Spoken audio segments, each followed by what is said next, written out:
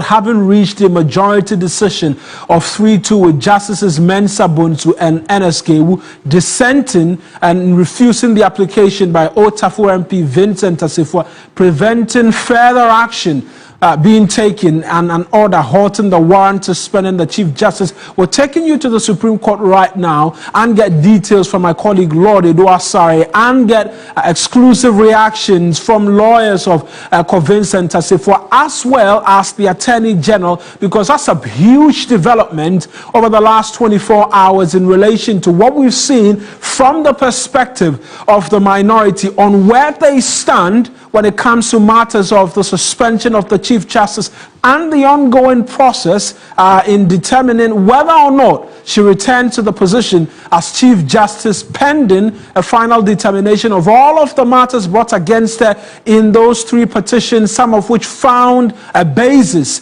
for her to answer questions upon which the president set up that 5-member committee to, amongst many other things, investigate the said claims. Yesterday, we know that the minority, as well as the NPP and a coalition of opposition parties, were on the streets of the capital in demand for the revocation of the suspension of the Chief Justice. They made the argument on matters of the President's discretion and Articles 296C, amongst many others, asking for a constitutional instrument. We know that Member of Parliament for Old Tafo, Vincent Asifua, had gone to the Supreme Court, amongst many other things. The first of which we brought to you on News Central was an injunction application seeking to stop or halt the ongoing process in terms of determining whether or not first there was a prima facie case and then the subsequent formation of this committee. Well, they subsequently, that's Vincent Asifua and his lawyer, who is a former Attorney General, Godfred,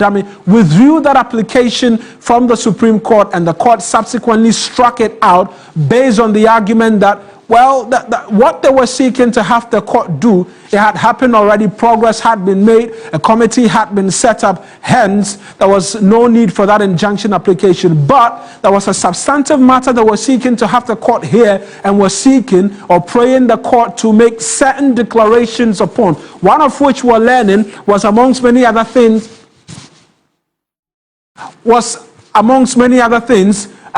making the argument that the ongoing suspension, which is currently being served on the Chief Justice, or which the Chief Justice is serving, they were praying the court to, amongst many other things, revoke that suspension application, and then as well declare the ongoing process of this determination of whether or not there is guilt in relation to the actions of the Chief Justice and the ongoing petition, that process as well be declared null and void.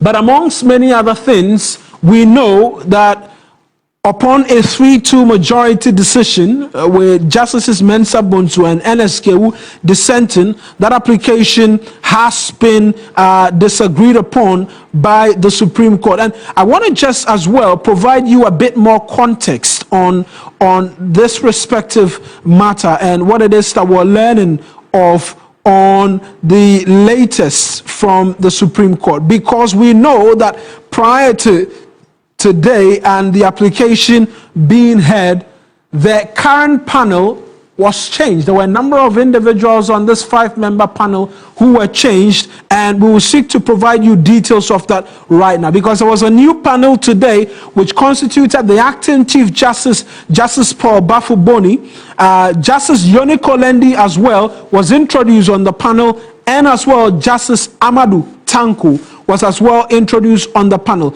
The old panel consisted of an interesting mix of individuals.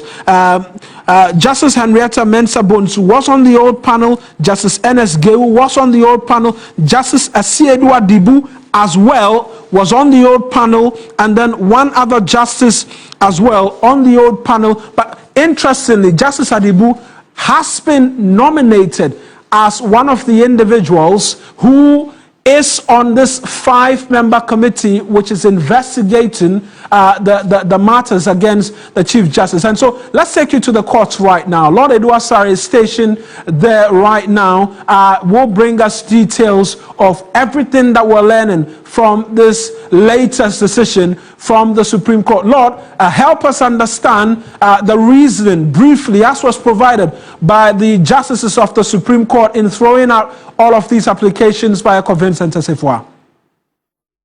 Right, Marina. So let's start from bottom up, because this just happened, like you have been spelling it out.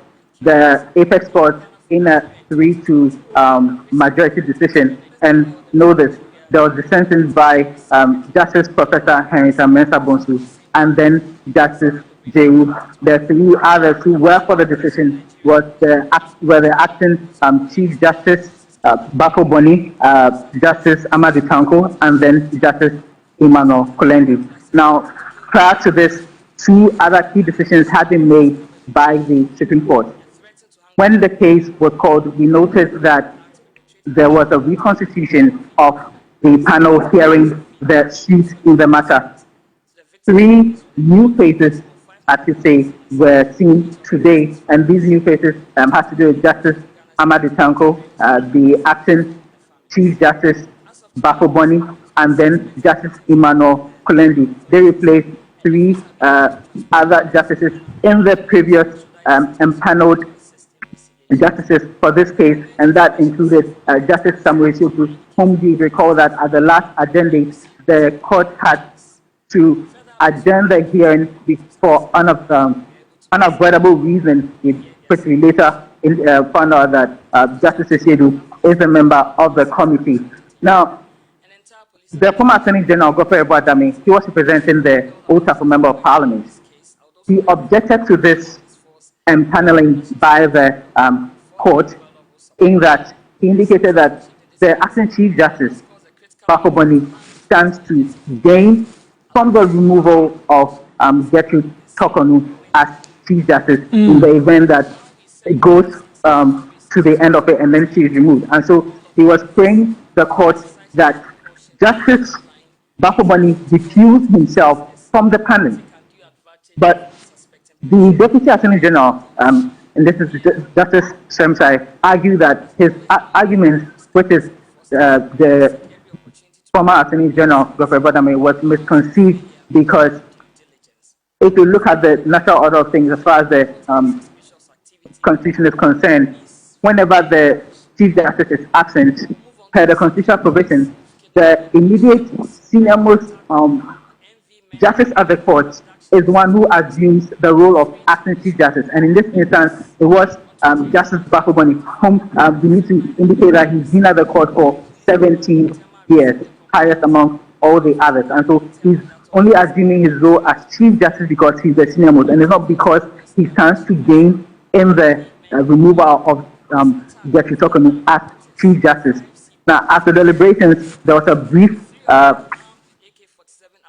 recess of the hearing, and then when they came back, the court unanimously dismissed or overruled the objection by Godfred Yeboah-Dame. And then there was a second objection, but this time around, this had to do with the reconstitution of the entire panel. And now I did indicate earlier that 3 new cases were brought to the fore in this matter.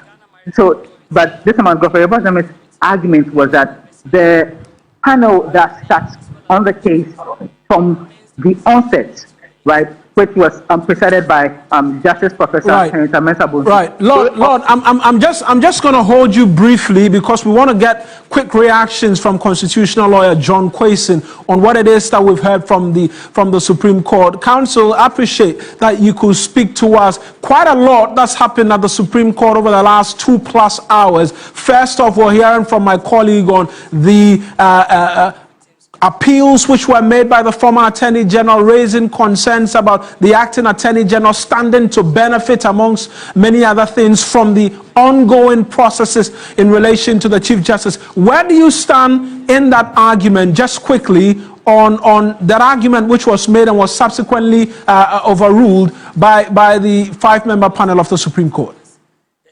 Thank you, my brother. Thank you for having me too. Now, quick reaction. From where I stand, I normally believe the fundamentals, okay, are filled or pre-occasioned by whatever event that you continue thereafter. Now, anytime we have change in government, other government institutions, the people that manage and so on and so forth, whether we like it or not, we know for the next 4 years, they are going to be under a certain presidency, a certain party again. So their body language, how they go about things and all that, they do it in such a way that it doesn't necessarily affect the order of the day. Now, back to the injunction application. All the way from when it was filed, at least the public discussions and so on and so forth, we all knew the application within the day of life. Now, with the ruling that was come, you see, they needed it earlier, and it was adjourned. Normally, with injunction applications and with the experience from court, if an application is adjourned, I mean, it weakens the purpose and then the reason for going to court. So, Counsel, unfortunately, I have to hold you right now because we're just getting word that the police CID is addressing a news conference updating the public on some very pressing matters. I just want to hold you, take viewers there right now and get details. Then when we return, we can have a full breakdown on everything that's happened from the court as well. Let's take you to the police CID right now. The team recovered the following items from the scene: 1 Toyota Tacoma vehicle, 1 Toyota Tundra vehicle, 1 pump action gun with 17 live cartridges, 4 empty cartridges, and 3 7.62 39mm empty shells, 1 9mm empty shell, and 5 heavy-duty motorbikes. Preliminary investigation suggested that there was a confrontation between two groups over sand winning at the location of the incident. The bodies of the deceased were deposited at the police hospital mortuary for preservation, identification, and autopsy while investigation continued to get the perpetrators arrested. Through sustained intelligence operations, we have so far arrested 5 suspects in connection with this case. The suspects are: 1, Samuel Achuforsin alias Alanyo. The second is Freeheart Kweku Sedonu. The third is Kwesi Prince. The fourth is Benjamin Ajaleko. The fifth is a gentleman known as 1 Million. 4 of the suspects were subsequently arraigned before the Osino District Court on 2nd May 2025, where suspects Samuel Achuforsin, Freeheart Kweku Sedonu, and Kwesi Prince were remanded into prison custody, while Benjamin Ajaleko was remanded into police custody. They are to reappear before the court on 8th May 2025. It will be recalled that on 30th April 2025, just a day coincidentally after the murder of the 5 people at Esial, the Western Central Regional Police Command arrested 3 people for unlawful possession of arms and ammunition at Boodie Wasa Ikropong in the Western region. And I must mention that this arrest was due to the diligence of the policemen who are on duty at that particular barrier. So we wish to commend them in particular for their vigilance and alertness, which led to the arrest of these people. Unknown to them, these people were people who were connected to this murder at Nsawam. They had allegedly or ostensibly been at the scene of that crime, and they were moving away, and unknown to the police officers on duty at that barrier, through their diligence of stop and search, when they searched these people on board the vehicle, 3 suspects, Hakim Imoro Tahiru, and Nuruddin Wahab, were arrested on board a Grand Bed bus, registration number AS443122, which was en route to Wasa Ikropong. So when their bags were searched and conducted on suspect Hakim Imoro, it led to the retrieval of a submachine gun and 21 rounds of ammunition. Upon interrogation, suspect Hakim Imoro disclosed that the firearm was given to him by his boss called Forsen, who was in Accra. An interesting twist to this case is that investigation has so far established that the suspect Samuel Achuforsin alias Alanyo, who was arrested in connection with the murder at Asiyal, is the boss in Accra who was mentioned by the suspects in Bodie Wasa Ikropon. Investigation has further disclosed that all the 3 suspects, Hakim Imoro, Tahiru, and Nuruddin Wahab, arrested in connection with the Bodie Wasa Ikropon case, were also involved in the Esiyao murder case and were ostensibly absconding, but were arrested thanks to the vigilance of the Western Central Police. Investigation is ongoing and will provide updates as and when available. Once again, I would like to commend all the officers who worked tirelessly to connect the dots and made this arrest possible. I'd like to especially commend once again the officers of Bodie Wasa Ikropon for their vigilance and diligence which led to this arrest, which is a huge breakthrough in the murder at Esiyao. I would like to take this opportunity to assure the good people of Ghana that the Ghana Police Service remains committed to ensuring that perpetrators of crime are pursued, arrested, and brought to justice. And a word of caution or warning to people who don't intend to obey laws and do the right thing. Wherever you are, whatever you do, wherever you commit a crime, once the Ghana Police Service is informed of that crime, will definitely hunt you down and get you arrested. So we advise that you should engage in doing lawful things and desist from committing crimes. At this time, I'd like to thank you for your attention, and then I'll take questions. Thank you very much. Quick updates from the police CID DCOP Donko providing details. 2 separate murders, but police investigations arrested the separate individuals and have been able to establish the connection to the both of them. And so we're taking you from the police headquarters just quickly back to the court right now, and then wrap up with my colleague Lord Iduasare quickly. Lord, just round up for us. And so quickly on reactions from Vincent Asefo and his lawyers. What have they been telling you after the decision of the court? Well, Marina, so the former Attorney General, Godfred, he was not too pleased with the decision of the court and acknowledged the fact that it was a close decision. And so he talked about the fact that this means that a lot more has to go into it. And same with Vincent Asefo. Now, the full reason of the court will be out on May 21, and so they are waiting until then, and then they'll see what will happen from then onwards. And mine, I need to add to it that you realize there was a second plaintiff in the matter, Emmanuel Osewusu. His case was struck out and withdrawn because he wasn't in court, and again, he did not have any lawyer to even move his application forward, and so at that point it just ended it there and then. You can listen to also Deputy Attorney General Shantai, who was also reacting to the decision of the court. Lord, we'll listen to them quickly, but I just want us to go back onto a number of the issues which came up. We know that on May 21, the court says they are going to provide their written or reasoned ruling on the substantive case.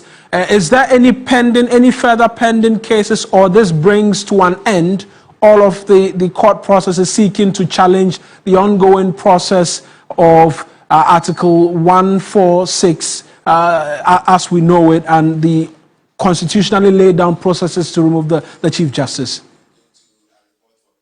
Marina, so at this juncture, the work of the Council of State and essentially the committee has been spelled out for them, because with the decision in court today, they can move forward because of the dismissal of the impeachment injunction and then the objection. So they really have the green light. We do not have any impediments now. The case will now be, the committee will now finish the investigations, and then if anything, I should say the primary party or whatever it is that will have to be done, we'll know if the Chief Justice will be removed or otherwise at the time. Right then, Lord, thank you very much for those details. That's my colleague, Lord Iduasare, as always, providing details there from the Supreme Court to us this afternoon.